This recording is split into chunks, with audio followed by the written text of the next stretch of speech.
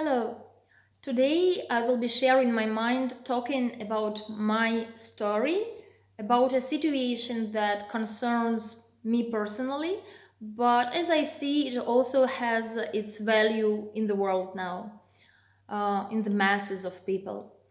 And this is the question of diet, of what we eat. Well, there is a phrase that I will use to start this video, and then I will evolve the talk starting from that. And the phrase was told to me yesterday, and it made me feel kind of uncomfortable. So I was asked, "Oh, so you're a vegan?" Well, you might be surprised why I felt uncomfortable, as there are many vegans now, and that should be kind of normal. But for me, that is really a bit of an issue because I try not to identify myself as a vegan or vegetarian or anybody else who belongs to a certain movement. The thing is that generally I'm actually not a vegan because I eat honey, for example. Honey is produced by bees. Bees are living creatures, and this is in the concept of vegans, not to consume anything created by living beings. Well, I do try to not to consume any production. I try not to buy leather materials or something of that kind, but I can't say I'm vegan because um, I don't follow same concepts. I do have compassion for the animals, but my foundation of my choices is different. And also, I see how vegans and vegetarians tend to represent themselves, unfortunately, and this is something that I don't support. I mean that, well, let me rephrase a little bit, not only the phrase but the situation.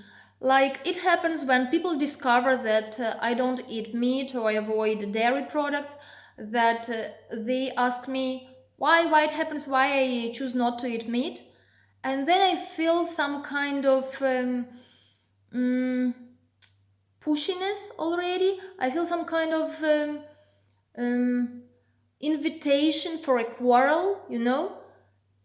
And then I wonder whether it is because people do eat meat and they feel themselves responsible, knowing that this is actually the flesh of an animal who was killed to be here on the plate, to satisfy just taste buds, habits. Because generally we do eat by habit. Look at our choices of food. What we choose is the basis of our mentality. It comes from what is eaten there in our country, and also what was dictated, what was proposed as the right thing to eat in our family. So this is what we are used to since our childhood, and we feel most comfortable to continue eating it through our life till the moment that we understand once that we can have a choice and we can choose what to eat. So, yeah, this is why I mean that we eat by habit. And then people ask me why I don't eat meat, and probably they feel themselves that, yeah, they eat meat and they are kind of guilty. So they attack me as the best means of protection is the attack of the other. So, kind of, it can be the reason. Or another reason that I also see that might be happening is that those very movements, as I say, of vegetarians and vegans, um, represent themselves in a bit of an aggressive way, I would say, because they feel that they know something that others don't know, they feel they understand, and by this they are better than others. And like this, they try to prove, to persuade others that everybody should be like them, and then they kind of fight for their rights, they fight for the rights of animals, and there is this fight for something, And this is exactly what I don't support, and this is why I don't look to be a part of any movement, because movement is usually kind of a rebellion. I don't want to rebel. I just make my choices. And then I should tell maybe how come that my choices became such that I exclude meat, or now also in the last 1 2 years, like last year, I started excluding dairy products as well. Well, it happened to me quite gradually, starting from meat already, like from 2010, when before I had lived in Israel and then I came back to live in Belarus. And I used to have this problem of constipation, actually due to some psychological blockages. But the problem became physical, and I was looking to release it. And I found that vegetables could be easier to digest, as well as meat needs special preparation. Then you also need to chew it, there is this texture and so on, and you need to cook it and you need to give flavor to it, and also many things, while vegetables are so easy to eat, or even eat raw or cook them and then eat, and there is lots of fiber and easy to chew, to eat, to digest. So that really started to be helpful to me, and I avoided eating the meat of um, I avoided meat in pork and beef, and I still continued eating other types of meat. When for some time I became an active member of a Jewish community, and I studied Judaism profoundly, and I began to eat kosher. And there are certain rules for kosher meat which were quite difficult for me to follow, to get kosher meat at my home. So I just chose to avoid meat in any forms, rather than complicating it for my life. And then I just had my meat meals once in a while when I had meals with the Jewish community. And then came 2 years of my traveling in Asia, where first 5 months I spent in India. And I don't say India is the country without meat, but the vegetarian meals are so very much popular and widespread there, and they're so variable and quite nutritious, with all the dals, with all the lentils, having proteins, and chickpeas, chana, and like all the veggies, and they have fruits. So it was quite nutritious and well balanced for me to eat only vegetarian meals. And like this, I generally lost my habit of having meat. Then also during travels, I got to know the Indian culture, and I learned also about Buddhism, and I learned the practice of meditation. And meditation became a part of my life. And in those concepts of Hinduism, of Buddhism, they talk about compassion, about not killing. Well, actually, in Christianity, in Judaism, in every religion, they talk about not killing, but somehow animals are never counted. While in the religions of Buddhism and Hinduism, animals are counted too.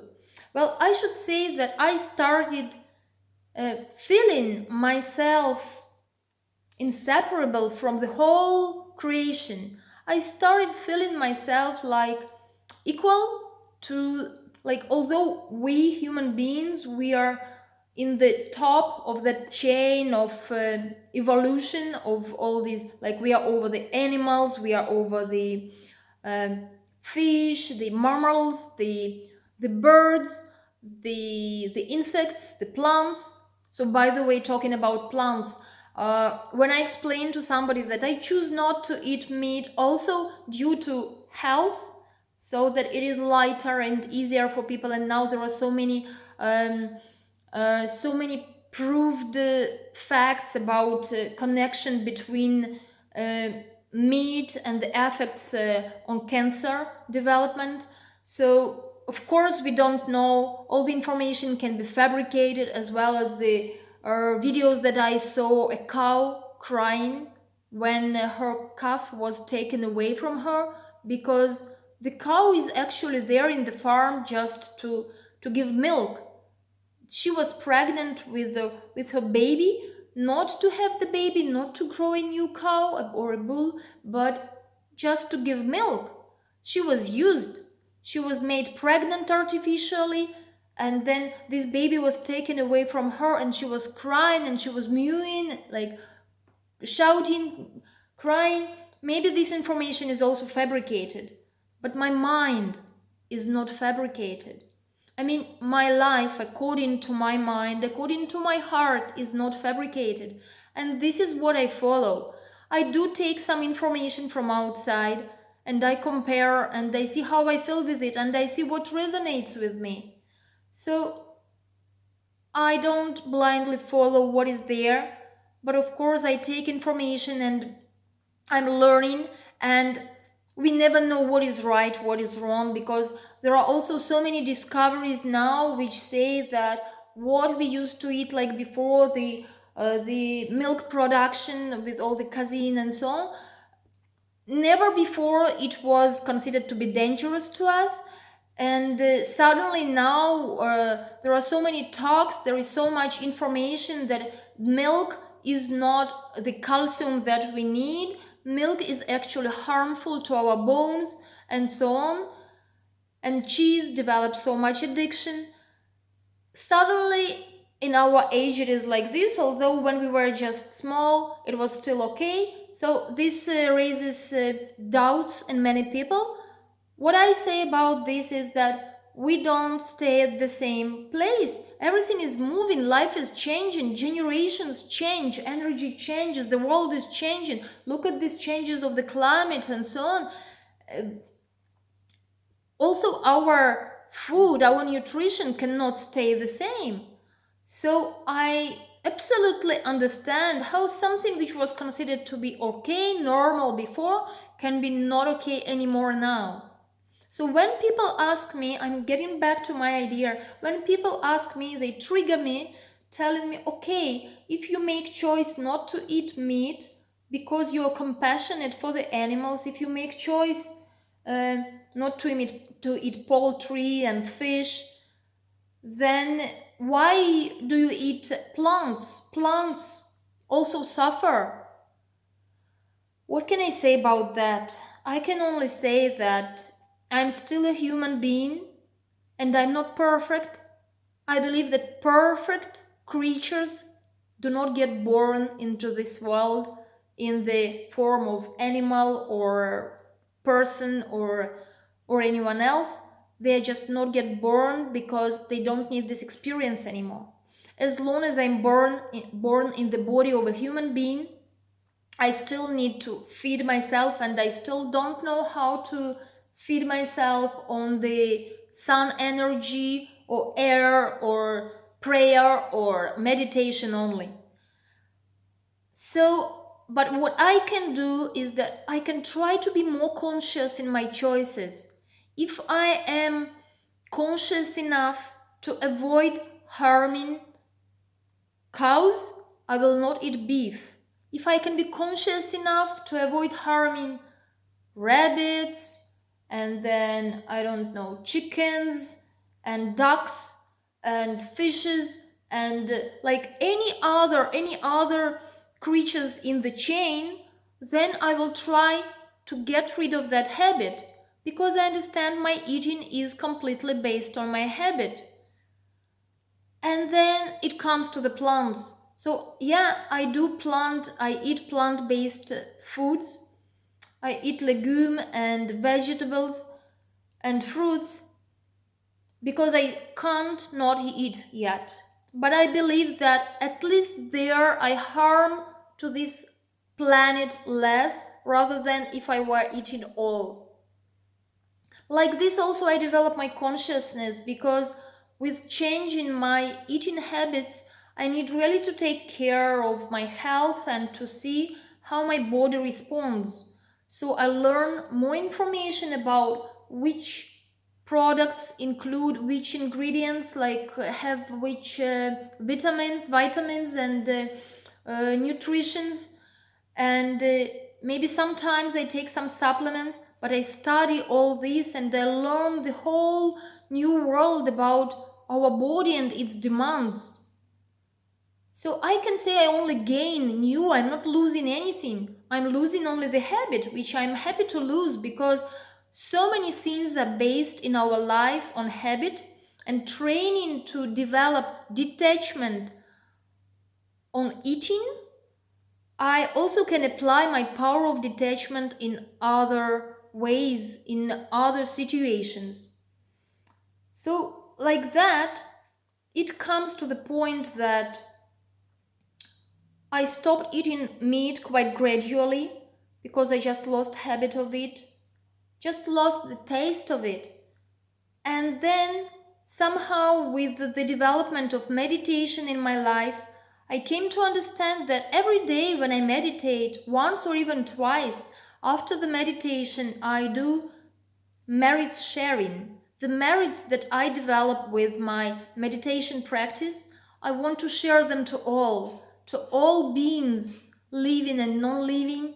And then I say that I want that all beings be liberated from suffering, that they don't have suffering and they have causes for happiness. They have happiness. I don't want that others suffer.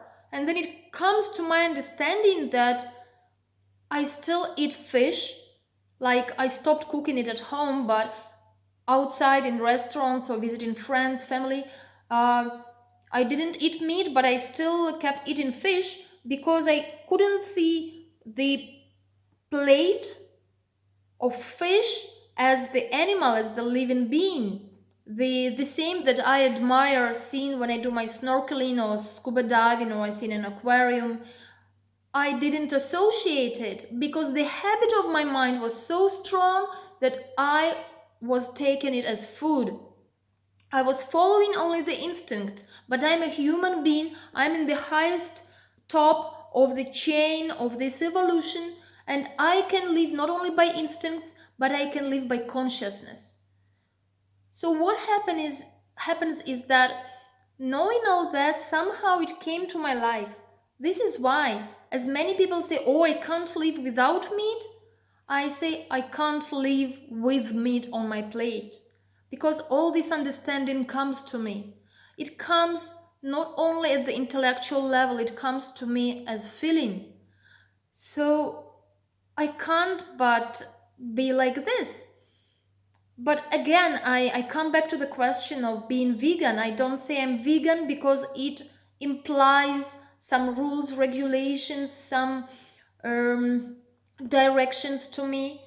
I don't want to be a part of something because I am already a part of all. And this is what I feel, and this is what influences my choices because I can't but think about what I eat. First of all, of course, I want the best for my organism, but also I want the best for the surroundings. So this comes not to any movement that I support. I don't want to prove anything to anyone by my food choices.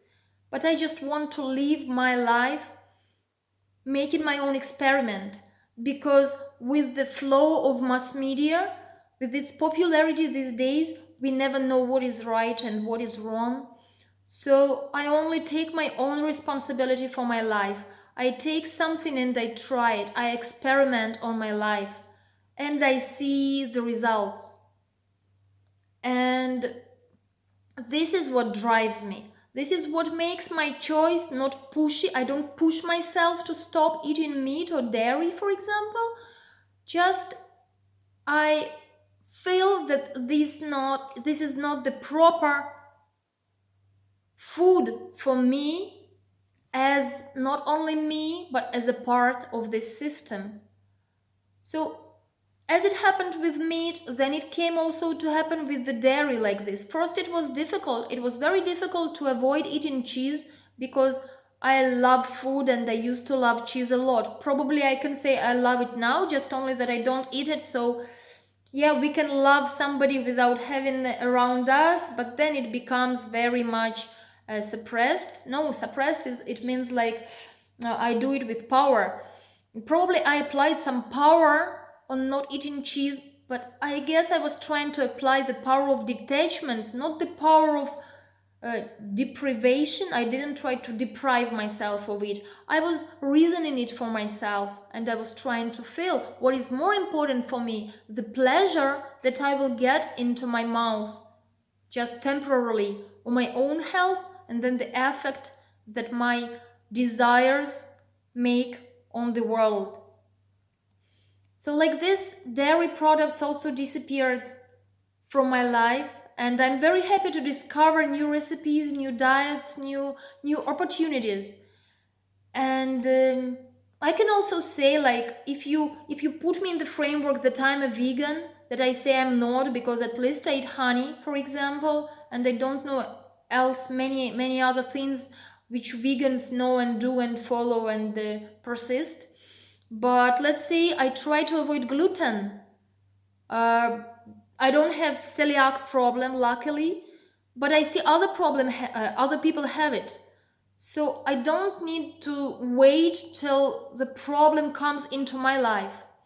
I learn also from the experience of others. And if I see some people react badly to this or that food, then I also try to reduce it from my diet, because I see that food is actually that should just nurture the maintenance of this body, not more than that. While we get so much indulgence into food, I talk about myself, I know how much pleasure is there for me in the food.